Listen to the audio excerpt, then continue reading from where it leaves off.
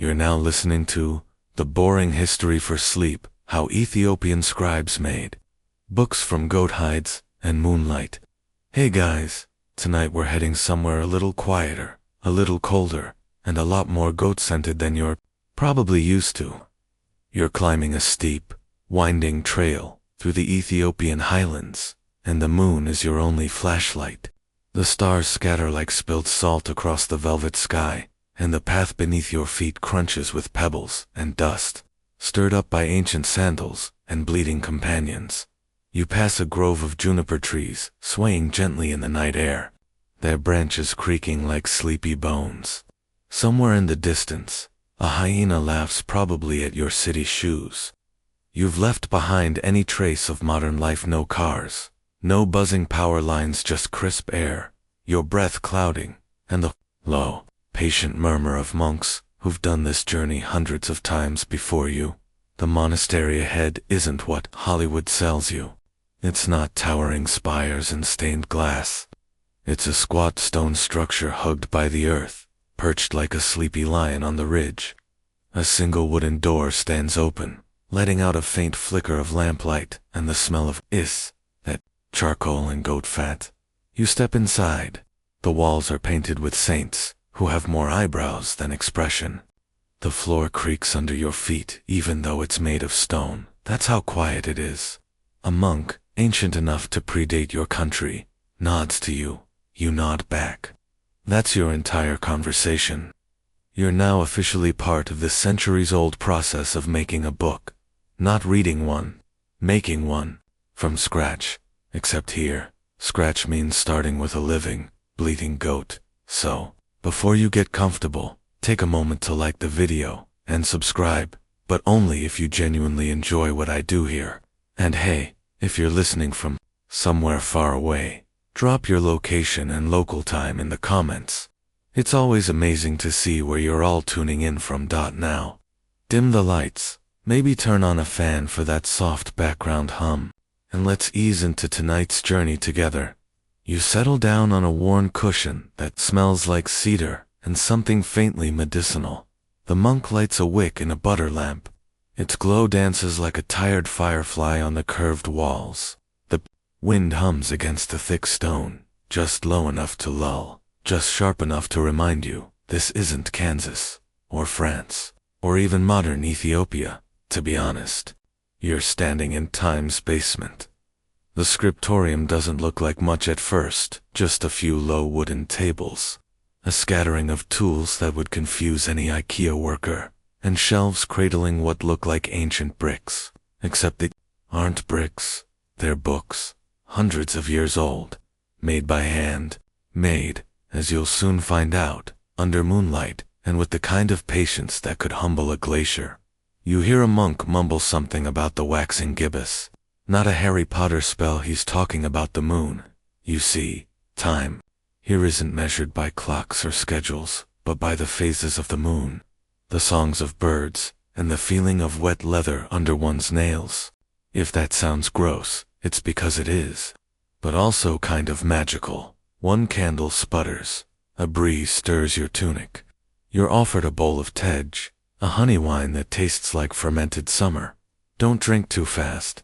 This isn't a party, it's a vigil, a ceremony. The monks are waiting for the precise moment when the moonlight hits the floor, just right, illuminating the center of the room like a silent blessing. This is when the process begins. Not with machines or screens, but with a prayer murmured so low, it feels like someone else's dream. You join in, not because you know the words, but because the rhythm is hypnotic. You probably won't survive this in a modern setting. Seriously, think about it. Making a book today means clicking print. Back here, it means chasing goats, boiling bark, grinding bugs, and writing one letter at a time with a feather. No Control-Z, no margin ruler. Just ink, intuition, and a ridiculous amount of faith. Historians still argue whether these monks considered themselves artists, scribes, or simply servants of the word. But you, right now, you're just the sleepy intern who's about to learn what happens when human hands try to bottle eternity in leather and thread. The goat bleats outside. A monk gets up, stretches, and pulls on a woolen shawl that probably hasn't been washed since your country was founded. He gestures for you to follow. The moonlight is just right. The night is just silent enough.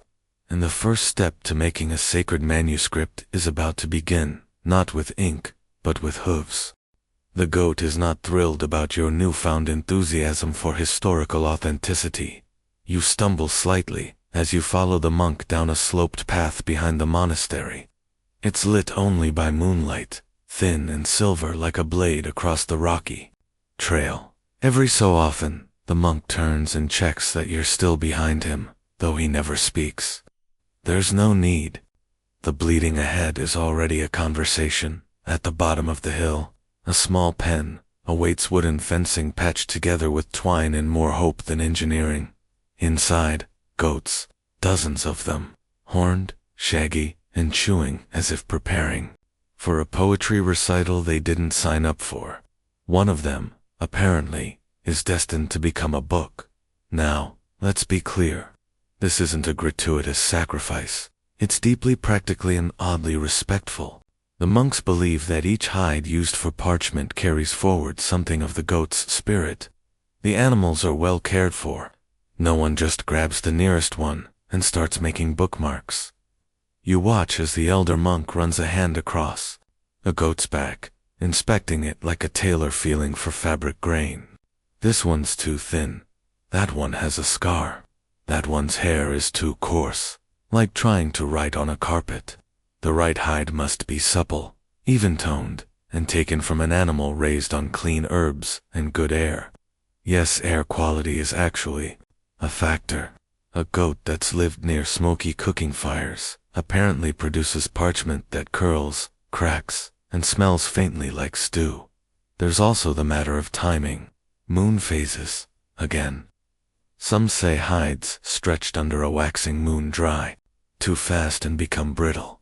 Others argue that a waning moon lends calm energy to the animal's spirit, resulting in better pages. Historians still argue whether that's mysticism or just rural weather science. Either way, tonight is deemed perfect. You help coax the chosen goat calm and white-furred out of the pen. Its hooves clatter against the stone, echoing into the highlands like reluctant punctuation. The monk murmurs a prayer that sounds like wind in tall grass. It's not sad, it's reverent. Every book starts as a life, and that's not something these scribes forget. Back in a side room of the monastery, the process begins. You won't see the slaughter. That's private, ritualized, hidden behind thick drapes. Instead, you're ushered toward the curing yarden, open space with wide flat stones, soaking tubs, and smells that challenge your nostrils to a duel. You're handed a curved scraping knife, not sharp more, like an ancient snow shovel. Your job: scrape the hide, remove the fat and bits of leftover flesh until it's as smooth as, well, parchment. But right now, it just feels like stubborn bacon glued to rubber. Your hands ache. Your arms burn. The monk beside you hums a hymn in a minor key. You're not sure if it's to soothe the hide, you, or the ancestors. After the scraping, the hides are soaked. Not in water at least not plain water. You peer into a large wooden tub and find a swirling potion of river water, ash, and something that smells suspiciously like fermented bark. There's also lime in there, which helps separate hair from skin. The monk casually mentions that in some places, villagers used to add urine for extra chemical kick. You nod slowly and edge the bucket away with your foot. The hides will stay in this mix for days, sometimes a week. Then they're stretched. A wooden frame, ropes pulled taut, and the hide becomes a blank canvas, drying in the sun or, in this case, beneath that ever-watchful moon. You rub your fingers over a stretched piece from last week. It's taut as a drum, smooth but with tiny pores that catch the light. This will be written on, prayed over, stored for centuries. You wonder how many hands will touch it after you. Probably not as many as have already prepared it. A curious aside, in some regions of Ethiopia, scribes believed that parchment made from a goat that ate mostly wild thyme would produce pages with a natural resistance to insects. Scholars still debate whether that's folk knowledge or accidental biochemistry. Regardless, you glance at the feed trough and spot wild thyme. Of course, as dawn tinges the sky with saffron, you sit on a cool rock and sip more tej. The monk beside you offers a rare grin and says something that loosely translates to, "Goats make good books, better than most people." You both laugh, although you're not entirely sure he's joking. It's strange. Just hours ago, you were checking your phone, stressing about deadlines, debating which playlist to fall asleep to. And now, you've helped start a process older than printing presses, older than light bulbs, older than most languages still spoken aloud. Tomorrow, you'll start smoothing the dried hides into something writable. But tonight, you simply sit, tired, a little sticky, surrounded by goats and moonlight. And for once, that's enough.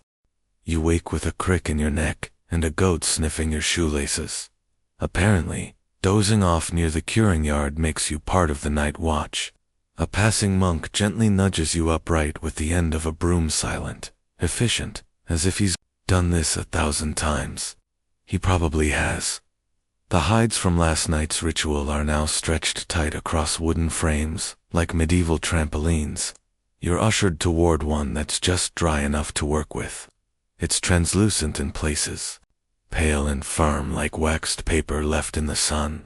This is the stuff that becomes folios, or leaves. Not pages leaves. Remember that. Pages are for copy machines. Leaves are for eternity. You're handed a pumice stone. At first, it seems like someone's playing a prank, but as you gently start rubbing the surface of the hide, something magical happens. It softens under your fingertips, smooths out, flattens like it's been waiting for this moment. Scrape, rub, flip, repeat. Some monks prefer sharkskin for this stage. It's rougher than pumice, and perfect for a parchment that's been a bit stubborn. One monk pulls a dried strip from a jar labeled, "Do not use for soup." You don't ask, you just keep sanding. Now comes a strange moment. The parchment is brined, not pickled, though it smells like it could be. This bath is gentler, usually a mix of salt water, alum, and something that might be birch bark or old onion skins. The purpose? To prepare the hide to absorb ink evenly, without blotting or running. You're basically giving it a personality scrub. Historians still argue whether these regional recipes made much difference. One old text claims that pages cured with cedar bark lasted 400 years longer. Another claims it made them taste weird to mice. Yes, some scribes tasted parchment to test it. No, you don't get to do that. You're then introduced to one of the more medieval bits of bookmaking: smoke. The drying hide is lightly smoked over an open hearth, juniper, often, or acacia. The smoke isn't just for scent though. Wow, it's nicer than a Yankee candle. It acts as a mild preservative and insect deterrent. You waft your hand through the rising curl of smoke, watching it trace invisible letters in the air. Somewhere, a monk mutters that spirits travel on smoke trails. You decide not to ask too many questions. With the hides properly treated, it's time to shape them.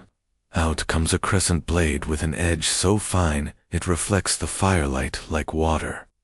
A younger monk demonstrates the technique's steady hands, curved strokes, not too deep. One slip and you ruin the whole leaf. And the goat's legacy. No pressure. You're assigned a less dangerous job, marking the fold lines. Using a bone stylus, you lightly score where the hide will be folded into bifolia sheets that will eventually be stacked and sewn. It's repetitive, calming, like drawing the same line through centuries of sleep. Now comes a detail you weren't expecting. Parchment has a front and a back. The hair side and the flesh side, they feel slightly different, reflect light differently, and sometimes still smell faintly of the goat's past. Scribes are trained to keep hair sides facing hair sides and flesh sides. Facing flesh because even ancient books appreciated consistency. In fact, if you ever leaf through an Ethiopian manuscript and feel a page that's smoother and darker than the one before it, congratulations, you've found a rebellious folio. Some scribes ignored the rules. Historians still argue whether it was laziness, protest, or just an honest mistake after 8 hours of squinting in lamplight. One elderly monk shows you a stack of folios drying between wooden boards. He places a rock on top nut, just for pressure. But tradition. He says it helps the goat forget what it used to be. You raise an eyebrow. He shrugs. Better to be a book than stew. As twilight descends, you help carry the dried prepared leaves into the scriptorium. They're stacked neatly on the work table like blank promises. Smooth, breathable, and slightly luminous in the firelight. You stroke one with your thumb. It's not paper. It's something quieter, stronger, hungrier. Each one took hours to make. Each one will hold the labor of 100 more. You sit down on the woven mat again, hands still powdered with flecks of bark, ash, and history. The same monks who brined the hides will soon start copying sacred texts onto them. But before that, you need feathers, and a lesson in ink that won't fade before your next great-grandchild. Yawns. You glance down at the parchment you helped make, ghostly pale, slightly warm from the hearth. It's waiting. So are you. The scriptorium is quiet, but not silent. Nothing in this monastery is ever truly silent. The wind whistles gently through the cracks in the stone walls, a kind of ancient white noise. Outside, a goat lets out a single, existential bleat. You can hear the faint scratch-scratch of a broom 2 rooms away, sweeping dust that probably predates your entire bloodline. You're seated next to a monk, who's older than logic, but sharper than your best pair of scissors. He has a face like sun-cracked parchment, and hands that move with uncanny grace. In front of him is a sheaf of the same parchment you helped prepare yesterday, and in his hand, a knife. Not just any Nifa shaving knife, crescent-shaped, obsidian-edged, and terrifyingly casual in how it slices through skin without effort. Watch, he mutters. In the first full sentence anyone's spoken to you in hours, he sets the parchment flat and begins to shave it down micro-thin, as if smoothing the face of a ghost. The motion is hypnotic. The knife skims the surface like a whisper, curling away translucent shavings no thicker than a breath. You lean in to see better, and instantly regret it one slip, and that blade could turn your nose into a bookmark. Apparently, scribes have been using these knives for over 1,000 years. Obsidian from local volcanic flows gives them edges, sharper than steel, though they dull quickly, which means constant resharpening. Some monks used whetstones, others used bricks. One text from the 1300s claims a monk in Gojjam preferred a donkey's molar. Scholars still argue whether he was brilliant or just weird. Too much pressure, your teacher mutters. He nudges your hand gently. You've been handed your own shaving blade, now smaller, thankfully, but just as sharp. You begin with trembling fingers. The parchment resists at first, then yields. It's like peeling the air. You feel both terrified and holy. Occasionally, the knife snags. The monk leans over, nods approvingly, and tosses the damaged sheet aside with a grunt. Not everything makes the cut.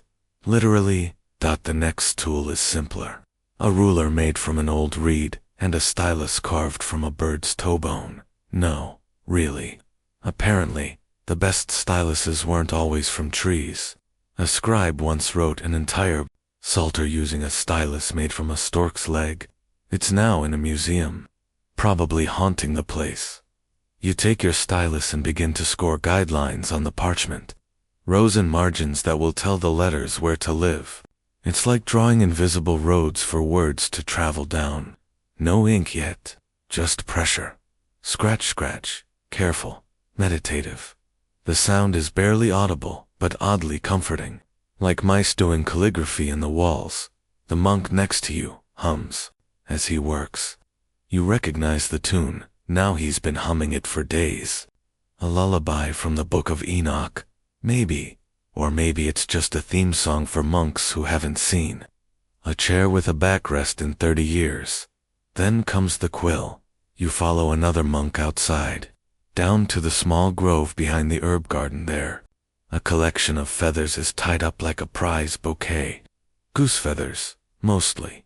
Long, clean, thick-shafted. Some are already hollowed. Others still carry traces of fluff. Only the left wing, the monk says. You blink. He explains. Feathers from the left wing curve naturally to the right, making them perfect for right-handed scribes. Feathers from the right wing, well, that's for lefties, or rebels, or both. You select one, a gray beauty with a whisper of gold. Back inside, you're taught to cut the nib, a sharp diagonal slice, then a tiny slit down the center to help the ink flow. You test it on a scrap of hide. The quill squeaks a little. That's normal. It's alive now.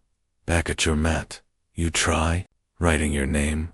It comes out crooked, blotchy, and slightly demonic. The monk peers over your shoulder and says nothing, which you suspect is worse than criticism. At night, they used to write by firefly. That's not a metaphor. They would catch dozens of fireflies in clay jars and place them near their parchment. Sometimes they'd smear glowworm guts onto the wall for a longer-lasting glow. Romantic, yes. Slightly gross. Also, yes. Some monasteries even trained cats to sit nearby and swat away moths attracted to the fireflies. Historians still argue whether this was practical or just a monk's lonely solution to pest control. Either way, cats were eventually banned from many scriptoria for ... knocking over ink. A tale as old as time. Back in the present, your knuckles ache. Your quill has dulled. The moon has risen again. A low bell tolls not for death, but to announce the evening's final copy session. You set your quill down carefully and massage your fingers. Your first page is complete. It's not perfect. The lines wobble, the letters vary wildly in size, and one smudge looks suspiciously like your thumbprint. But it exists. And for something made from bone, feather, goat, and patience, that's more than enough. You wake to the sound of rain tapping on the monastery roof like 1,000 soft drumbeats. It's not a downpourage, just a gentle drizzle that feels more like a mood than a weather report. Somewhere outside, the goats grumble under their shelters, and a sleepy rooster gives what sounds like a half-hearted crow. You wrap yourself in a wool shawl and pad across the stone floor, still barefoot, still half-dreaming. Today, it's all about ink. But first, you're handed a small wooden pestle and a mortar that looks like it's ground everything from frankincense to political secrets. Inside it, something black, sticky, and suspiciously shiny. Your monk guide, now more awake than anyone has a right to be, motions for you to grind. Gently, he says. Like kneading sorrow. Okay then. Turns out, this particular batch of ink is made from soot collected from burnt resin and old lamp smoke. It's mixed with gum, Arabic, tree sap, and just enough water to make it glide. The result? A deep, dark black that almost drinks the light. Perfect for making eternal words. Or demonic doodles, depending on the monk's mood. But that's only one recipe. The best Ethiopian inks aren't always black. Red ink, used for headings, blessings, and divine names is made from powdered cinnabar, ochre, or crushed beetles. Yes, beetles. Specifically, cochineal insects, dried and ground into a shockingly vibrant powder. You hold a pinch between your fingers, and it stains your skin like a scandal. Some scribes even experimented with blue, rare, expensive, and made from lapis lazuli stone, so rich in color it could shame the sky. Not common here, but if you find a manuscript with lapis letters, someone was showing off. One older monk pulls out a scroll that crackles like a dry leaf when unrolled. He points to the margins, where a faded note reads, Do not write with iron gall ink on fasting days, too much sulfur. Historians still argue whether that was a chemical warning or a spiritual one. Either way, you're suddenly suspicious of your breakfast. Speaking of quirks, some inks were scented, not out of vanity, but function. Scribes would mix in lavender, myrrh, or even powdered orange peel to mask the smell of the animal-based glues. It helped with focus and, possibly, kept the scriptorium from smelling like a tannery in August. You lean over your inkwell. Smells like rosemary and mild anxiety. Nice. Now comes the fun part. Ink testing. You take a strip of off-cut parchment and dip your quill. The first stroke runs thin. The second bleeds a little. You adjust your pressure. Flick your wrist the way you were shown, and finally clean clear. Midnight black lettering glides across the hide. The parchment accepts the ink like it's been waiting centuries. The monk next to you nods once. Hi, praise, your assignment. Copy one line from the Vetus Mariam, an ancient hymn to the Virgin Mary, sung every morning. The line is long. The words curve with GS, script elegant, compact, and utterly unfamiliar to your Latin-lettered mind. But there's a rhythm to it. The letters interlock like puzzle pieces shaped by breath. You write slowly, carefully. Ink blots at the tail of one loop. You sigh. The monk shrugs. You just invented a serpent, he says. Maybe it will protect this page. There's laughter in the room now. Not loud, but warm. One scribe shows off a page where he accidentally drew the same line twice. Instead of correcting it, he added a doodle of a donkey between the lines, looking confused. That's how we get illuminated manuscripts, he says with a wink. You're surprised how often humor sneaks into these sacred spaces, in the margins. Of one gospel, someone drew a monk chasing a chicken. In another, the word amen is spelled backward, probably out of spite. These scribes weren't robots. They got bored. They made mistakes, and they left behind evidence of both. The fireflies return tonight. A boy enters with 2 jars full of flickering lights, and the glow dances across the ceiling in golden specks. The monks placed them gently near the desks, creating pools of soft, natural light that seem made for secrets. You keep writing letter by letter, flick by flick. Your hand cramps. Your quill squeaks. One firefly lands right on the margin and blinks at you, unimpressed. You don't blame it. You start noticing the difference between the inks. The red sings, the black hums, and every so often, you dip too far and create a splotch the size of a confession. Still, you keep going, because this isn't just copying, it's echoing. Every word you write tonight is one someone else will read in silence 100 years from now. The rain stops. The goats quiet. The monastery sleeps, but you don't. Not yet. You pause your writing and look at your fingers, stained with ink, dusted with bark, glowing faintly from the fireflies nearby. You're not making a book. You're making time behave. You wake with ink on your cheek and a faint outline of the GS alphabet pressed into your elbow. Apparently, you fell asleep on your draft. No one seems surprised. The monks have all done it. There's even a corner cushion called the Repentance mat, reserved for anyone who nods off mid-copy.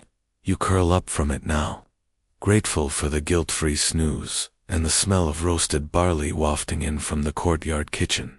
Today, they say, is color day. You're escorted to a side chamber. That smells like a painter's dream or possibly an herbalist's nightmare. Shelves line the walls, crammed with tiny jars filled with the pigments of the world, crushed berries, toasted clay, charred bones, and moss scraped from shaded riverbanks. A few of the jars are labeled in symbols you can't read, one marked, only with a single thumbprint in ochre. The lead monk here is different from the others. His sleeves are permanently stained, and his fingers look like a child's watercolor project gone rogue. He grins. You're going to make colors today, he says, but don't lick anything. Noted. You begin with black again, This time, not from soot, but gallnuts. These are knobby little growths found on oak trees, caused by wasps laying eggs. Sound gross? Welcome to medieval chemistry.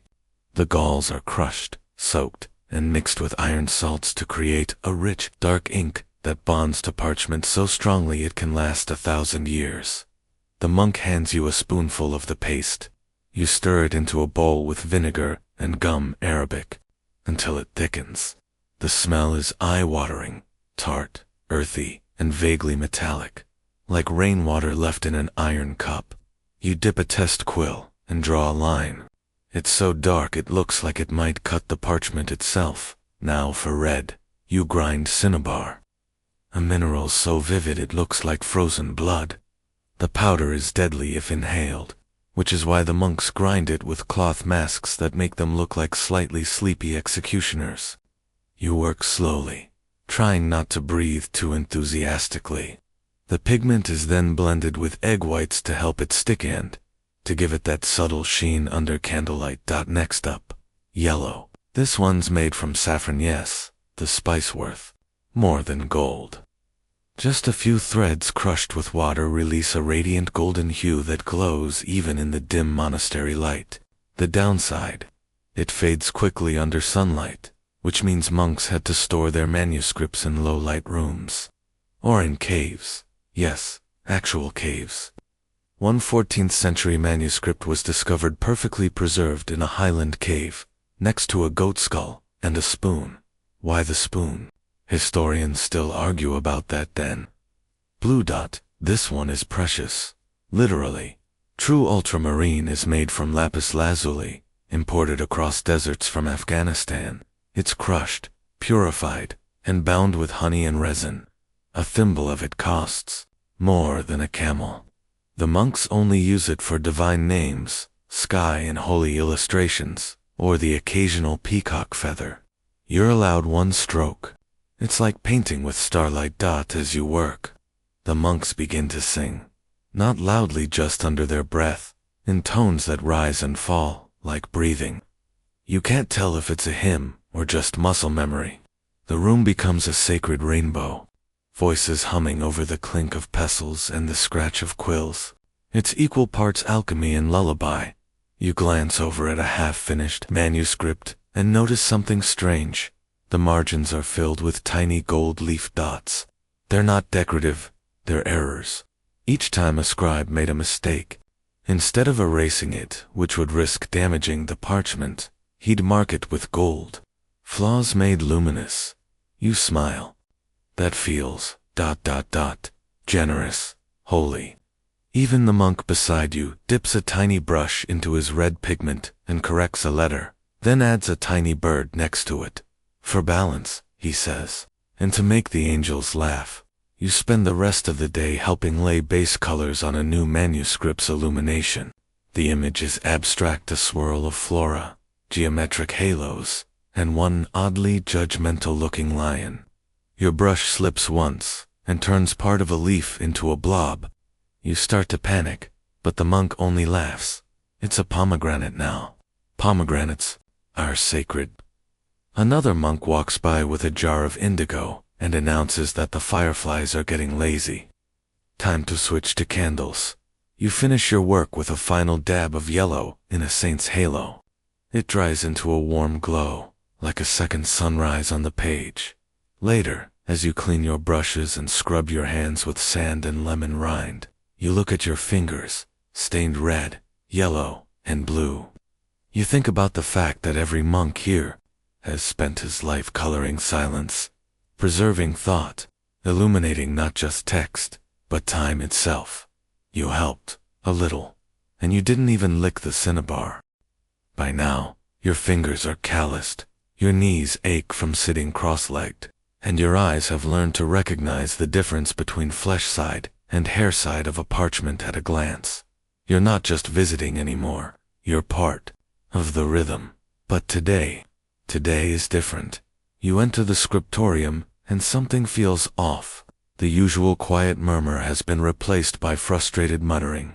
One of the senior scribes has both hands in his beard, never a good sign, and another is pacing near the window, glancing out like he's expecting divine intervention. Or maybe a particularly wise goat. You sit and wait and listen. Turns out they've lost a page. Well, not lost, misplaced, or perhaps accidentally sewn into the wrong folio stack, which is, in this world, the equivalent of accidentally deleting your thesis, except there's no backup.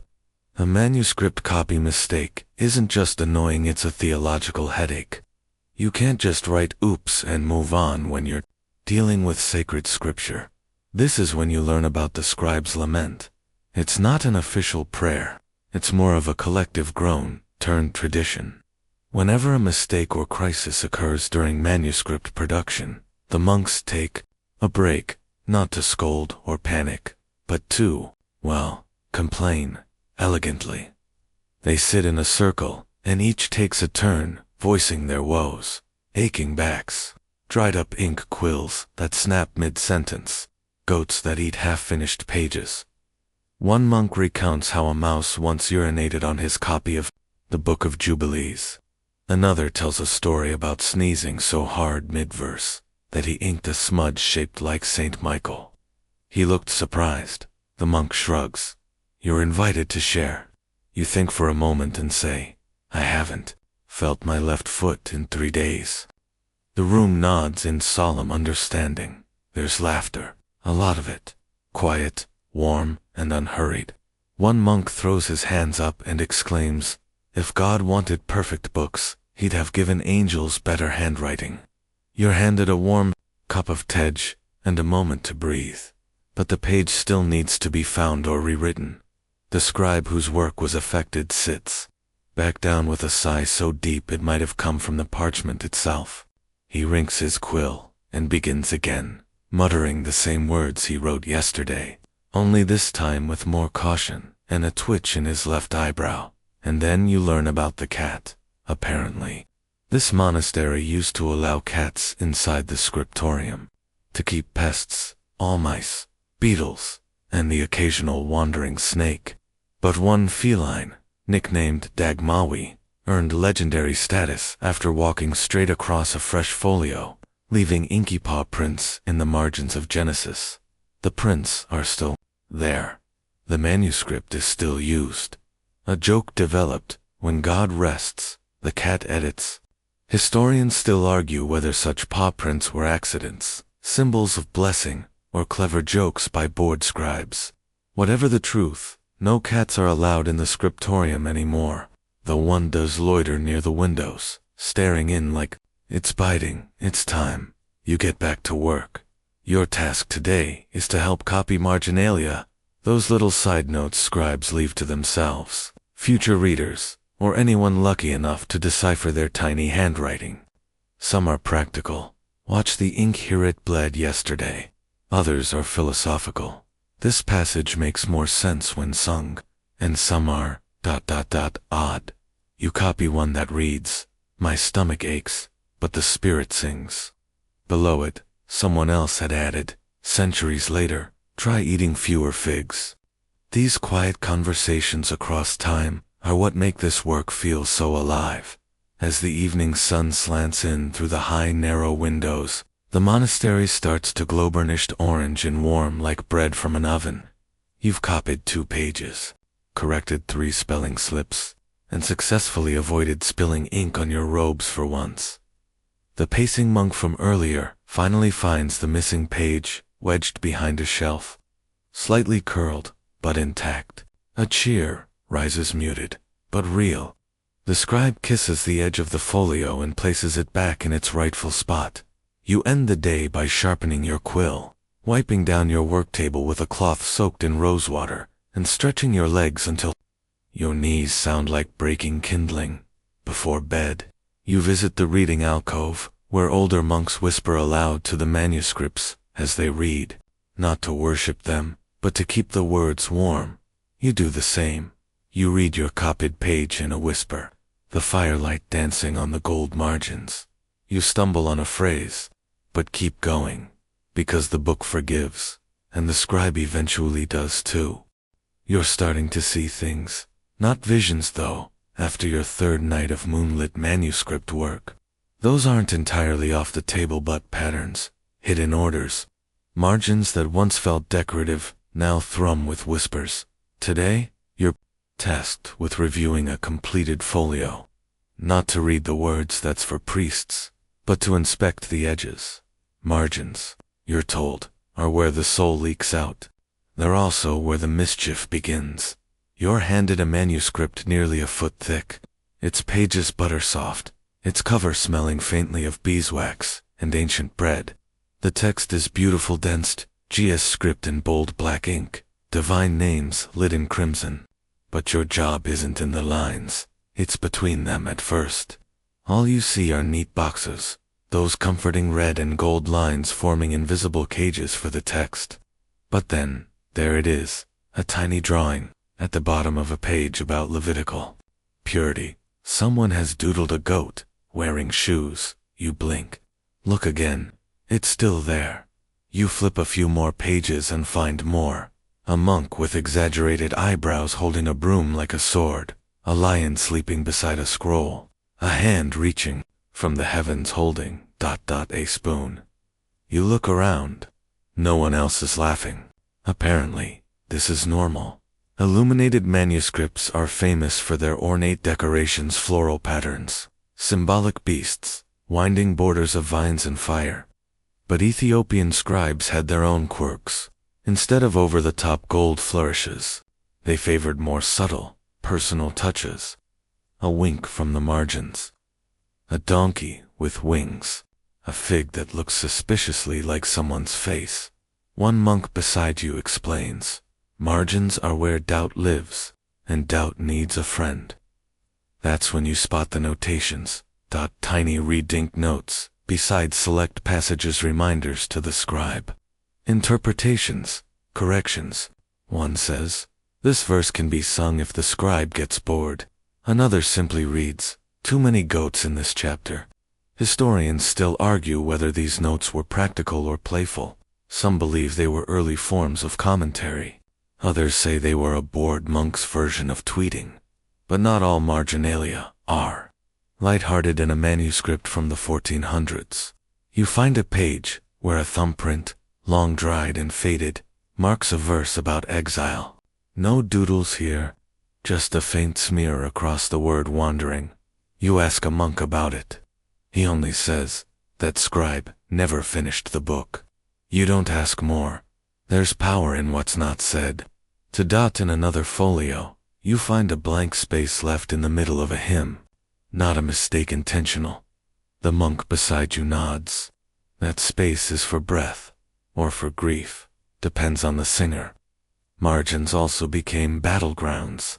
In one copy of 1 Enoch, you find two different sets of side notes arguing over the meaning of a verse, scribes debating across time. One writes, this line refers to the watchers. A later hand adds, or dreams. Don't be so literal. You laugh. You didn't know sacred texts could have come at wars. You're then given a brush and a small dish of gold, paint made with powdered gold leaf, suspended in fish glue.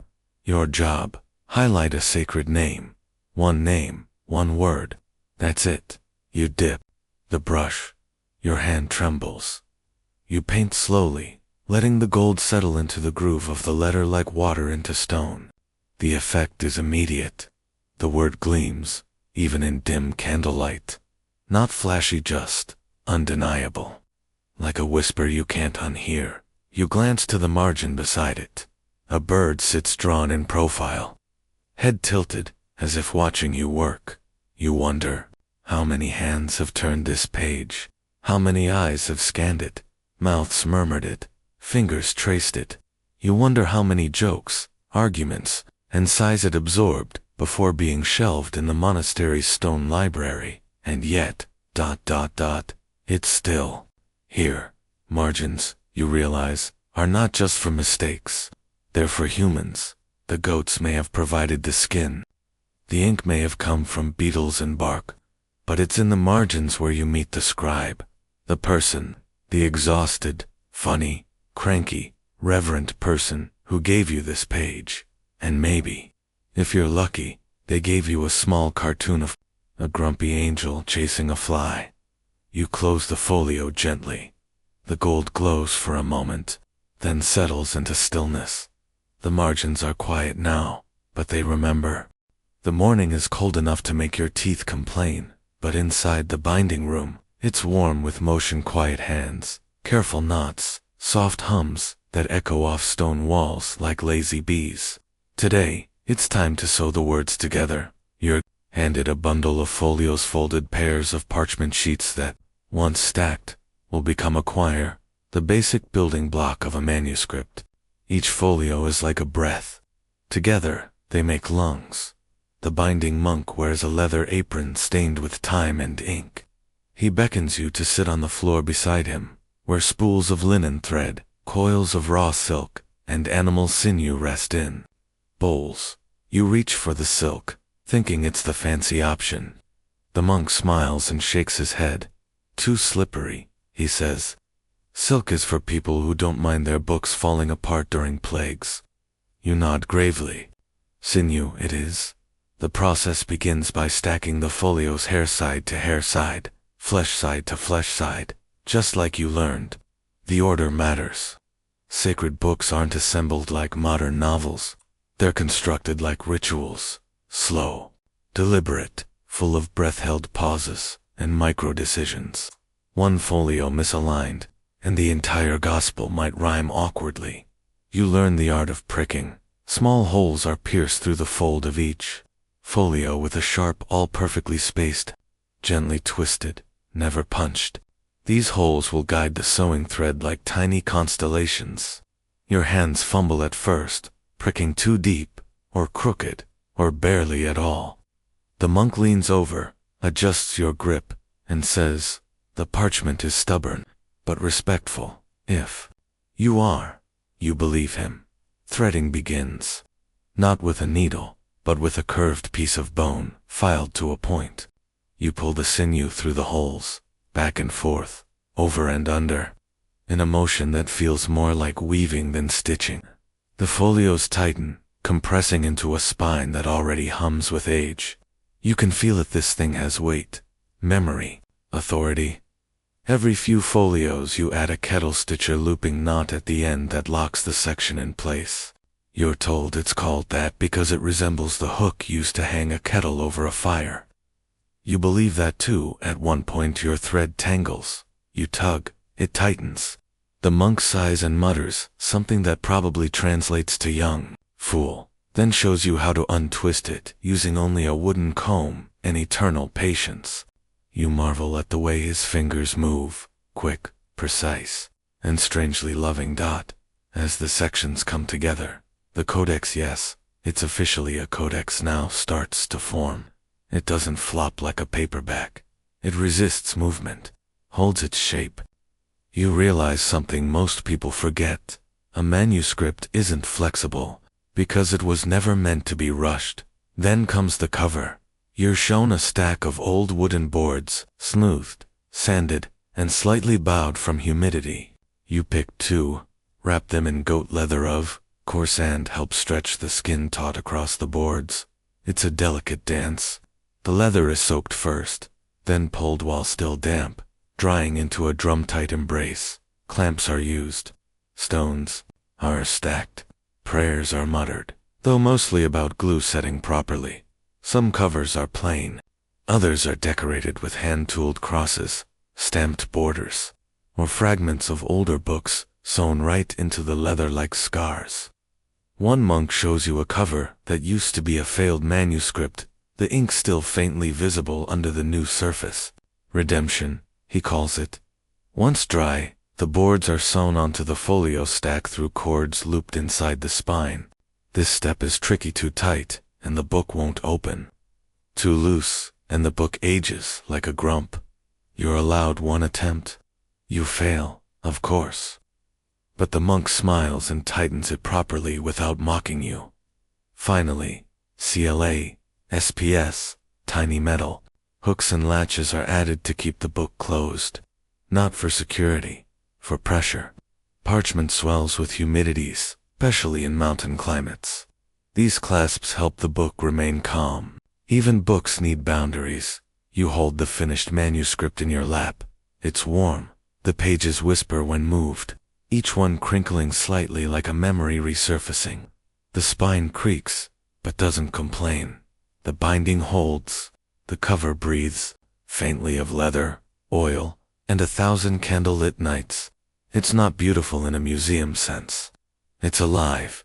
You run your hand across it and think, this used to be 10 goats, a basket of berries, 3 jars of soot, 12 months of labor, and enough prayer to bend clouds. Now it's one book, and it might outlive you. You carry the manuscript in both hands, not because it's heavy though, it is but because it demands to be carried that way, like a sleeping child or a slow-breathing ember. Every time you move, the leather creaks softly, like it remembers. The goats, the clasps jingle faintly.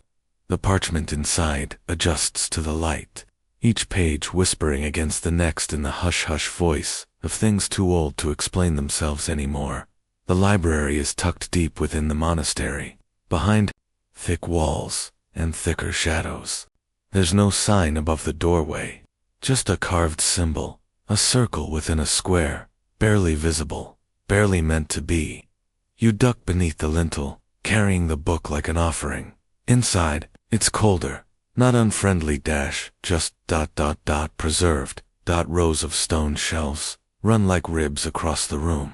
Some hold scrolls wrapped in linen, others codices stacked in careful piles, each with a small scrap of parchment marking its contents. There are no labels, no numbers, no Dewey Decimal System. Only memory, and the monks who've lived among these shelves long enough to remember what breathes where. A monk with trembling hands takes your manuscript and places it on a carved wooden stand. He brushes it gently, then opens it to the middle, where your golden lettering gleams faintly in the low light. He nods once, then walks away. That's it. Your book now lives here. You wander the shelves, running your fingers along ancient spines. Some are cracked, some are soft as wool. One smells like mint, oddly. Another has a note stitched into the edge of its binding, copied during locusts. Forgive any errors. You pull a random codex and sit on the stone bench near the back. The pages are stiff but obedient. The script dances like ants in formation. You can't read it, but you don't need to. The rhythm is enough. The breath behind each stroke. The ghost of a scribe, somewhere in the 11th century, choosing this word over that, pausing, scratching their head. Then continuing, you realize something strange. None of the books in this room were ever published, not in the modern sense. No printers, no copies of copies of copies. Every book here is singular, handmade, unearned by algorithm. Each one costs someone sleep, skin, and time. You close the book and sit quietly for a while. The candles hum, the shelves breathe. You think about how this place, this quiet, goat-scented cave of thought, has outlasted empires, earthquakes, and electricity. Not because it shouted, but because it kept whispering, and you were lucky enough to be part of that whisper. The monk returns, and hands you a small scrap of parchment. It's blank. For your next one, he says. You smile. Later, back in your sleeping alcove, you lie beneath a blanket that smells faintly of smoke and barley. The fireflies in the jar near your bedside flicker like tired stars.